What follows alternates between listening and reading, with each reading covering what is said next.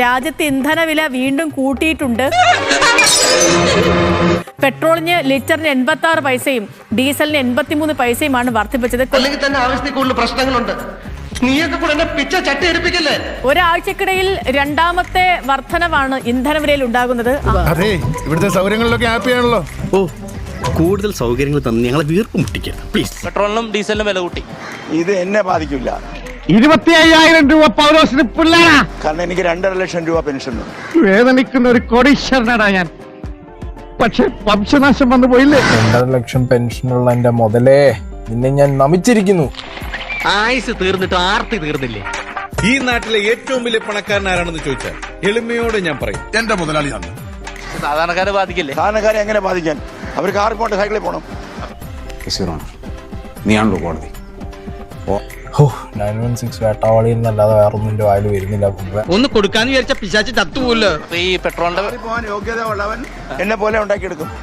എത്രയുണ്ടാക്കിയാലും മനസ്സമാധാനം നഷ്ടപ്പെട്ടാൽ അർത്ഥമില്ലാതെ വരും.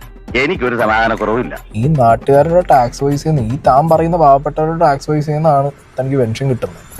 അതൊന്നും എനിക്കറിയാൻ മേല. ഇങ്ങനെ എന്തെങ്കിലുമൊക്കെ പറയുമ്പോഴേ എന്റെ മനസ്സിനൊരു സന്തോഷം ഉണ്ടാവുള്ളൂ. പക്ഷെ വേറെ കാര്യമില്ലേ, പെട്രോളിന്റെ വില കൂടി എന്ന് പറഞ്ഞാൽ അത് സാധനങ്ങളുടെ വില കൂടില്ലേ? It's not going to affect anything. എന്തോന്ന് അടവ് എവിടെ നിന്ന് കിട്ടിയോടോ ഈ ഉണ്ടാക്കണേ? ഒരെണ്ണം കൊടുക്കട്ടെ സാർ. ഇയാൾ ഏത് പോസ്റ്റിൽ നിന്ന് റിട്ടയർ ആയെന്ന് എനിക്ക് അറിയാൻ പാടില്ല. ഇരുന്ന സമയത്ത് ഇയാളുടെ തീരുമാനങ്ങളൊക്കെ സാധാരണക്കാരുടെ ഒരുമാതിരി തേമ്പി വിടുന്ന ഐറ്റം ആവാൻ ചാൻസ് ഉണ്ട്. കഷ്ടം. സാധാരണക്കാരായിട്ടുള്ള ആളുകൾ സൈക്കിള് ചവിട്ടിയും നടന്നും ഒക്കെ പോയി ഉണ്ടാക്കുന്നതാണ് ഞണ്ണുന്നത്. അവമാനിക്കരുത്. ഞാൻ നല്ലൊരു കുടുംബത്തിൽ പറഞ്ഞവനാണ്. നീ നല്ല കുടുംബത്തിൽ പറഞ്ഞു, ഞാൻ പിന്നെ മറ്റേ കുടുംബത്തിൽ പറഞ്ഞാണല്ലോ. സാധനങ്ങളുടെ വില കൂട്ടി. ഇല്ല ഇല്ല, എല്ലാം കൂടാതിരിക്കാൻ നോക്കില്ല.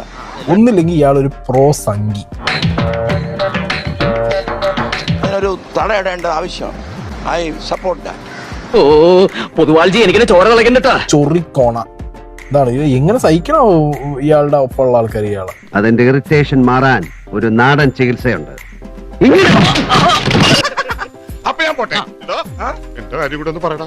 ഈ പാവത്തിന് ഒന്ന് അഡ്ജസ്റ്റ് കൊടുത്തേക്ക്. പാവം.